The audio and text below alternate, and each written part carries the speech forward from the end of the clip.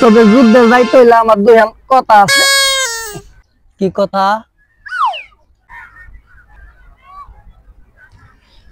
যুদ্ধে যুদ্ধে যদি আমি মরি, বিদেশে মরলে আমার কোনো কথা নাই, তবে দেশে মরলে আমার দুই কথা আছে। নিজের দেশেই মরবে?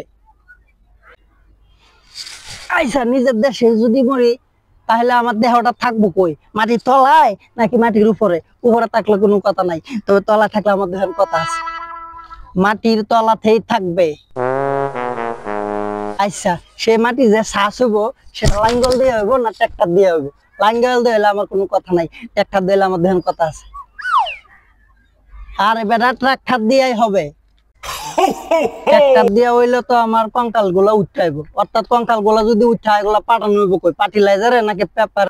ফার্টিলাইজার হইলে আমার কোনো কথা নাই, কাগজের কলে হইলে আমার দেহের কথা আছে। কাগজের কলেই পাঠানো হবে। আমার হাড়ের গোড়া দিয়ে যে পেপার হবে, এটা কি রাইটিং পেপার হবে নাকি টিস্যু পেপার হবে? রাইটিং পেপার হইলে আমার কোনো কথা নাই, টিস্যু পেপার হইলে আমার দেহের কথা আছে। টিস্যু পেপারই হবে। আচ্ছা, সেই টিস্যু পেপার কি টয়লেটে ব্যবহার হবে নাকি সেলুনে ব্যবহার হবে? টয়লেটেই ব্যবহার করবে। তাইলে শালা যুদ্ধে যাইতাম না।